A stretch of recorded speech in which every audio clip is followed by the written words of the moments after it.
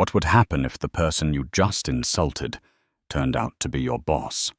On a Tuesday afternoon, golden sunlight stretched across the reinforced glass panels of Crown Capital Bank, shimmering like a silent affirmation of power and sophistication.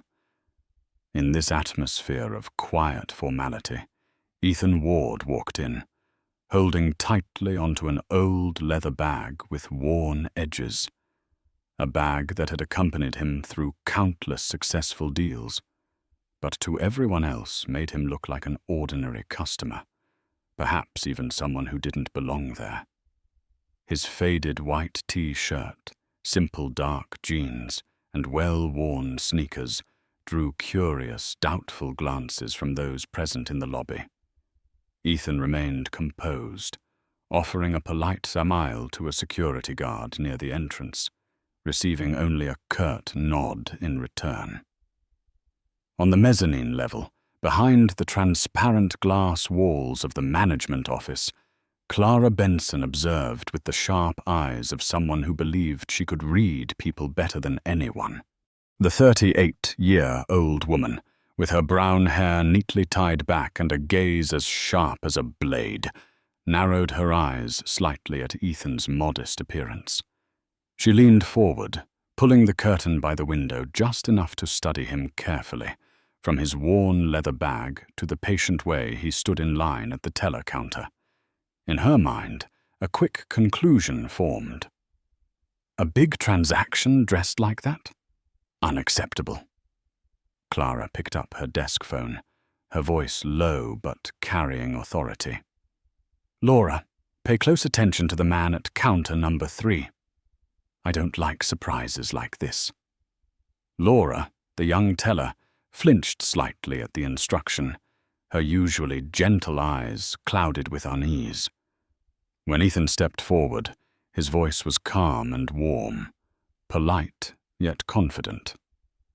I'd like to make a corporate check deposit, he said. The old leather bag opened, and he placed the check neatly on the counter. Laura's eyes widened for a brief moment as she read the amount. $2.3 million. But before she could say a word, the sound of high heels striking the marble floor echoed behind her. Clara Benson was approaching, each deliberate step resonating coldly through the lobby, like a countdown to an inevitable mistake. The other customers began turning to look. Ethan's expression didn't change, but there was the slightest flicker in his eyes, as though he had anticipated this exact moment from the instant he stepped through the door. And it was impossible not to wonder, who exactly was this man? And why could someone who looked so unassuming place a check worth millions on the counter with such quiet confidence? The sound of Clara Benson's high heels echoed sharply through the bank, each step slicing through the silence like an invisible blade. She stopped directly behind the teller counter, her lips curving into a thin, thread-like smile as her scrutinizing gaze swept over Ethan Ward from head to toe, leaving no doubt of her skepticism. Laura, the young teller, hesitated briefly, but Clara's presence seemed to paralyze her. Clara leaned slightly forward, lifting the check under the light, her voice steady and deliberately loud enough for nearby customers to hear. A man like you, can you explain exactly what your connection to Morrison Technologies is? The question was not to verify information, but rather a disguised accusation, wrapped in a false veneer of politeness. Ethan looked up, his voice unnervingly calm. This payment is the final installment for the acquisition of one of my subsidiaries. All documents here are valid. But Clara didn't bother to hide her contempt. She let out a short, dismissive laugh, her lips curling into a strict line as she slowly stacked the documents together, as if she were playing a hand of cards she was certain to win. Our bank has special procedures for transactions of this size. I'm sure you'll understand. Perhaps a community bank would be more familiar with this kind of business. The phrase, "this kind of business," dropped like a heavy blow, leaving the air thick with implication.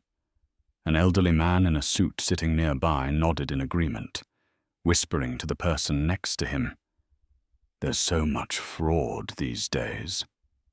A young mother waiting in line pulled her child closer, edging away from counter number 3 as if simply standing nearby might bring trouble. But not everyone agreed.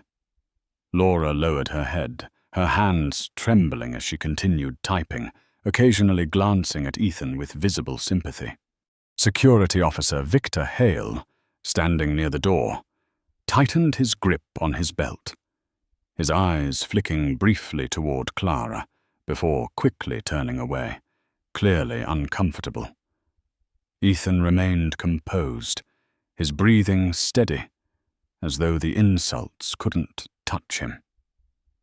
But in his eyes, for the briefest moment, a glint of icy coldness flashed, a fleeting spark that only the most observant might notice. And among the murmurs, a young woman quietly pulled out her phone, starting to record, her camera pointed straight at Clara, as if she instinctively knew that what was about to happen might become a story worth telling to the entire world. Clara Benson carefully flipped through each document as if she were inspecting a cheap counterfeit, the white light glinting off her meticulously manicured fingers and reflecting in her cold eyes. Her voice rose slowly, stretching out each word like a public accusation. "Your business card? Nicely printed, but anyone can do that. And this Thompson Solutions Company, you claim it's yours? Hard to believe." Ethan stood there, unnervingly calm, his eyes observing Clara as though she were just a small cog in a larger plan she had no idea she was part of. He didn't rush to respond, only tilted his head slightly, his face showing neither anger nor embarrassment. And that very calmness made Clara even more irritated. The air inside the bank grew eerily quiet, as if everyone was holding their breath, waiting.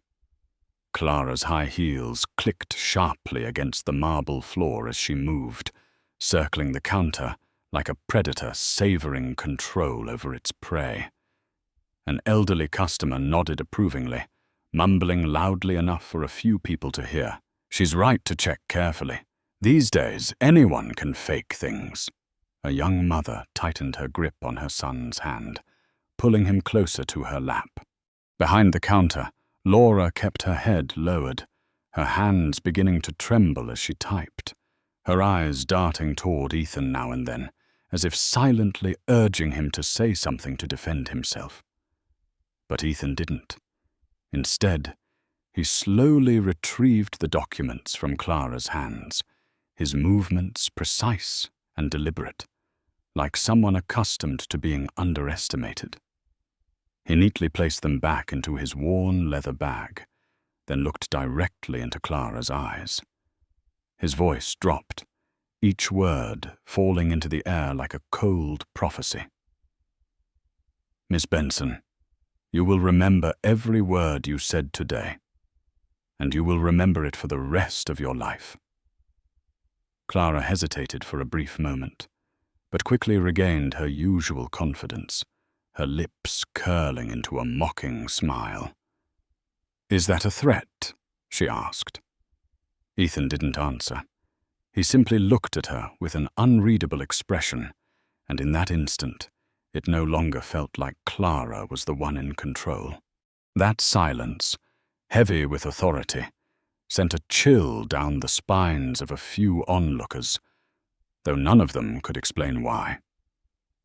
Ethan turned and began walking slowly toward the door.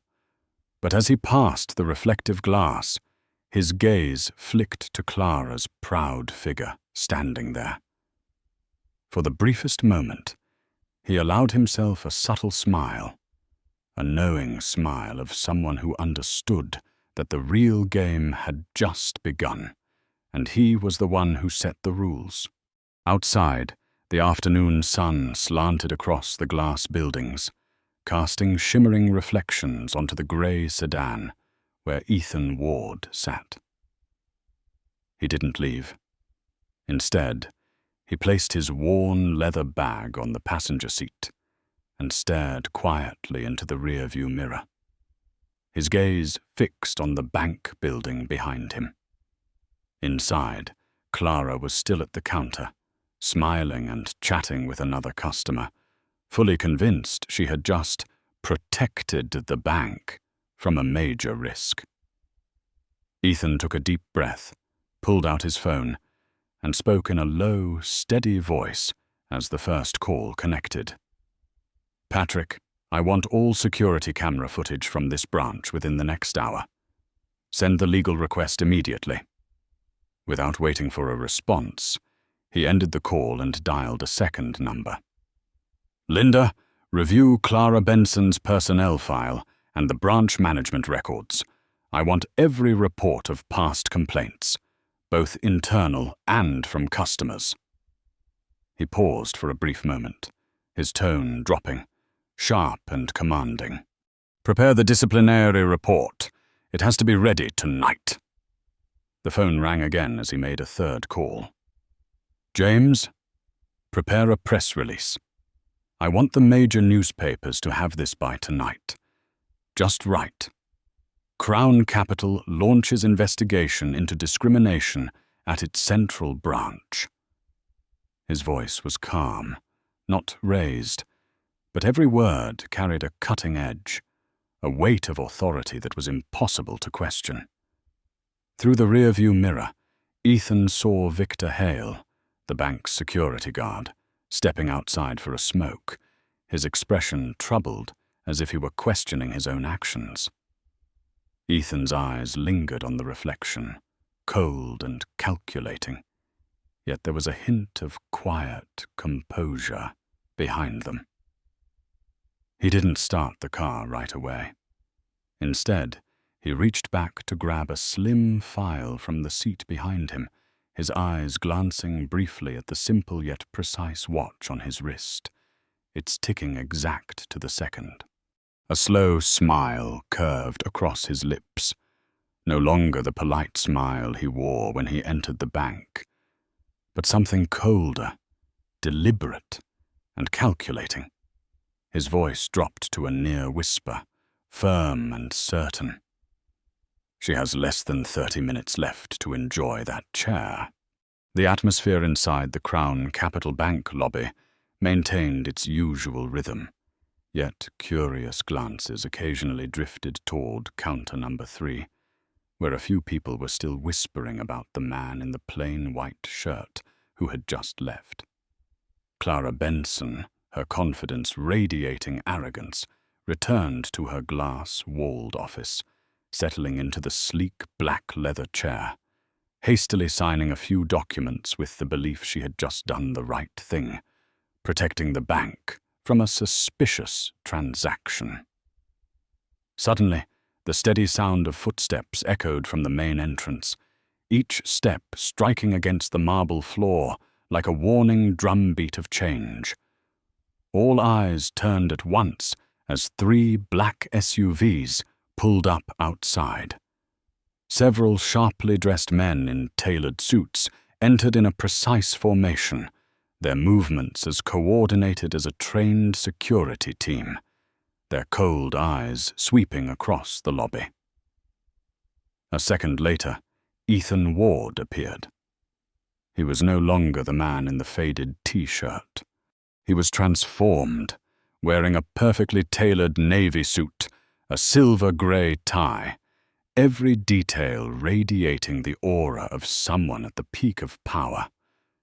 His steps were calm, deliberate, his gaze stopping exactly where it needed to, making the entire room fall into a stunned silence for a few seconds. Laura, the young teller, instinctively stood straighter, her hands gripping the edge of the counter. Victor Hale abandoned his cigarette outside and rushed back to his post, his face betraying a flicker of unease. Clara, standing near her glass office, froze for a brief moment before forcing herself to regain composure. She stepped forward, her usual polite smile fixed on her lips. But as Ethan stopped right in front of her, that smile disappeared instantly. He drew a sleek, leather-bound card holder from his jacket pocket, placing a single card gently on the counter. His voice was deep and precise, cutting through the silence. Ethan Ward, Chairman and CEO of Ward Financial Group, the parent company of Crown Capital. A wave of murmurs rippled through the lobby. Customers waiting in line exchanged stunned looks. Laura held her breath. Victor lowered his head, and Clara stood motionless for several seconds, her lips parting slightly, but no words escaping. Ethan's gaze locked onto hers, his eyes no longer calm but weighted with authority and undeniable dominance. He tilted his head slightly, his voice cool, controlled yet sharp enough to cut the air. "I believe we've met before, though I was dressed a bit differently then." A faint, almost imperceptible smile curved his lips, no longer warm, but carrying the quiet force of someone who had just overturned the game entirely. Clara instinctively stepped back, her fingers clutching the hem of her skirt. And for the first time that day, her proud confidence visibly wavered. The internal meeting room on the second floor was closed off, yet the atmosphere inside was more tense than a courtroom. Ethan Ward sat at the center of a long, dark wooden table, surrounded by the legal and HR teams, each holding a thick file. The warm light reflected off the small badge on Ethan's suit lapel, engraved with the name Ward Financial Group, a subtle reminder of his absolute authority in this place. Clara Benson sat across from him, trying to maintain her composure, but her hands hidden beneath the table were clenched so tightly that the veins stood out along her knuckles. Ethan spoke first, his voice calm but carrying a weight that left no room for doubt.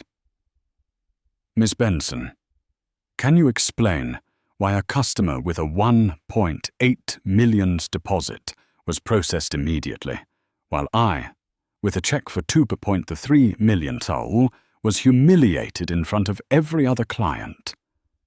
Clara swallowed hard, forcing her voice to remain steady. I was only following the bank's safety protocols, Mr. Ward." Ethan tilted his head slightly, a faint, almost amused smile flickering on his lips, though his gaze turned sharp as a blade. "Really? Interesting." He gestured to Linda, the head of HR, who slid a file across the table toward Clara. Linda's voice was firm, leaving no room for argument. "Here are 3 discrimination complaints against you filed over the past 2 years, all logged in the system, none ever properly addressed." Clara's face paled, and she rushed to defend herself. "Those complaints were investigated, and no concrete evidence was found." Linda didn't respond, simply pushed another file forward. "And this is today's footage." The large screen flickered to life, displaying the full recording of Clara's interaction with Ethan at the counter. Every dismissive tone, every condescending remark echoed clearly through the room. The silence was broken only by the replay of Clara's words. Perhaps a community bank would be better suited for this kind of business. Several employees seated in the room lowered their heads, avoiding eye contact. Victor Hale, the security guard, suddenly spoke, his voice hoarse with guilt. "Mr. Ward, I always felt it wasn't right, but I was afraid of losing my job, so I stayed quiet." Laura, sitting timidly in the corner, whispered almost inaudibly, I'm sorry. I didn't have the courage to speak up, but I knew he wasn't a fraud." Ethan sat silently for a moment before leaning back in his chair, fingers interlaced, his gaze fixed on Clara. His expression was cold, not angry, but it was the look of someone about to deliver a judgment. The atmosphere in the meeting room grew heavier, every gaze fixed on Ethan Ward, the man seated at the center, fully in control of the situation.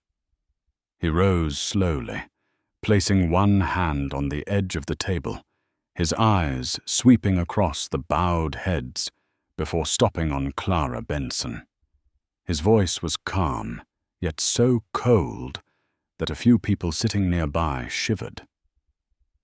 "Clara Benson, effective immediately. Your employment is terminated. The reason? Gross violation of professional ethics, damaging the dignity of a client, and breaching Crown Capital's zero tolerance policy on discrimination." Clara's eyes widened, her fingers clutching the edge of the table as if she couldn't comprehend what she had just heard. "Mr. Ward, please let me explain. I was only protecting the bank. I followed procedure." Her voice trembled, stripped of the arrogance she had displayed just hours before. But Ethan didn't let her finish. He cut her off with a sharp, decisive sentence, like a blade slicing through the air. "There is no procedure that allows you to humiliate a client simply because they dress modestly. And there is no policy that permits you to judge a person by their appearance. You were wrong, Benson, and this mistake will serve as a lesson for the entire financial industry." Clara's face drained of color, her lips moving soundlessly as if words had abandoned her. Linda, the head of HR, placed a white envelope in front of her, her tone firm and unwavering. "Within 15 minutes, you will be escorted out of the building by security. All personal belongings will be collected and delivered to your home address." Ethan turned to Victor Hale, his gaze no longer cold, but still stern. "Victor Hale, you chose to remain silent even when you knew this was wrong. I am not fearing you, but you will receive an official warning and be required to undergo retraining on professional ethics. From now on, if you ever make this mistake again, I will not be lenient." Victor bowed his head deeply, his voice hoarse with regret. "Thank you, sir. I'm sorry, and I promise it will never happen again." Finally, Ethan's expression softened slightly as he looked at Laura. He nodded gently. "Laura, you showed basic respect for a client, even if you lacked the courage to stand up for what was right. But I value what you did. As of today, you are promoted to assistant branch manager." Laura froze, her eyes widening in disbelief before filling with tears of emotion. Her voice trembled as she spoke. "Thank you, sir. I won't let you down." Ethan gave a brief nod, then turned and walked out of the meeting room. The heavy wooden door closed behind him, leaving Clara Benson sitting motionless, her trembling hands resting on the white envelope. And for the first time in her life, she truly understood the real price of arrogance and prejudice. Within just a few hours after the meeting, news of the incident at Crown Capital had spread across major financial publications. But it was social media that turned the story into a true storm. The hashtag @CrownCapitalBias appeared everywhere, quickly rising to the top of trending lists. The video capturing the entire exchange between Clara Benson and Ethan Ward at the service counter, recorded discreetly by a young customer, was shared millions of times overnight. Clara's arrogant expression and her now infamous line, "Perhaps a community bank would be more suitable for this kind of business," became the center of public outrage, clipped, commented on, turned into memes, and circulated at lightning speed. Ethan didn't need to speak much. Ward Financial Group released a short but powerful press statement. "We have zero tolerance for any form of discrimination. Crown Capital will set a new standard for fairness and respect in the financial industry." That single sentence was quoted across news sites, and even major television networks reported it. Many investment funds praised this decisive policy. Ward Group's stock surged to record highs, and experts called it a historic move, turning ethics into a competitive advantage. Meanwhile, Clara Benson faced harsh personal consequences.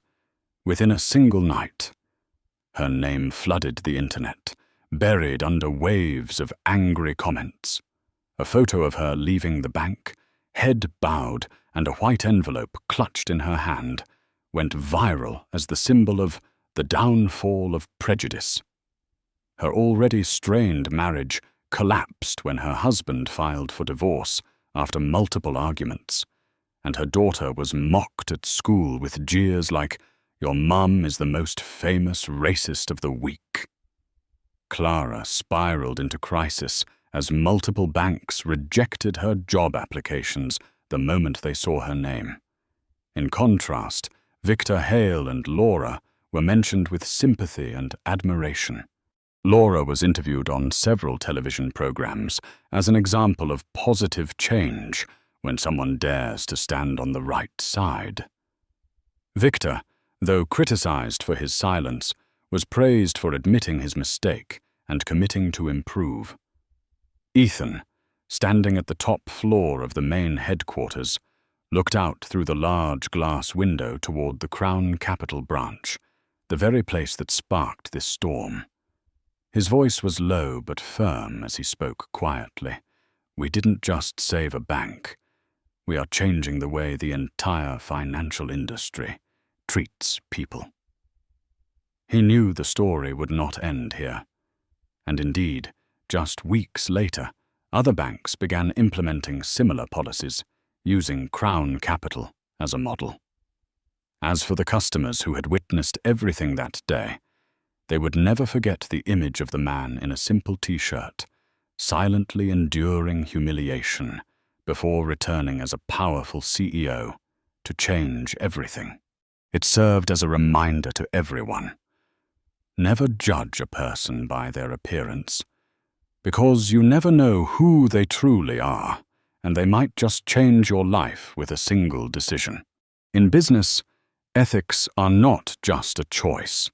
They are the foundation upon which trust is built. One wrong decision can cost an entire career, but one right action can change an entire industry. This story reminds us of an important truth. Never judge people by their appearance, because respect is always the most profitable investment.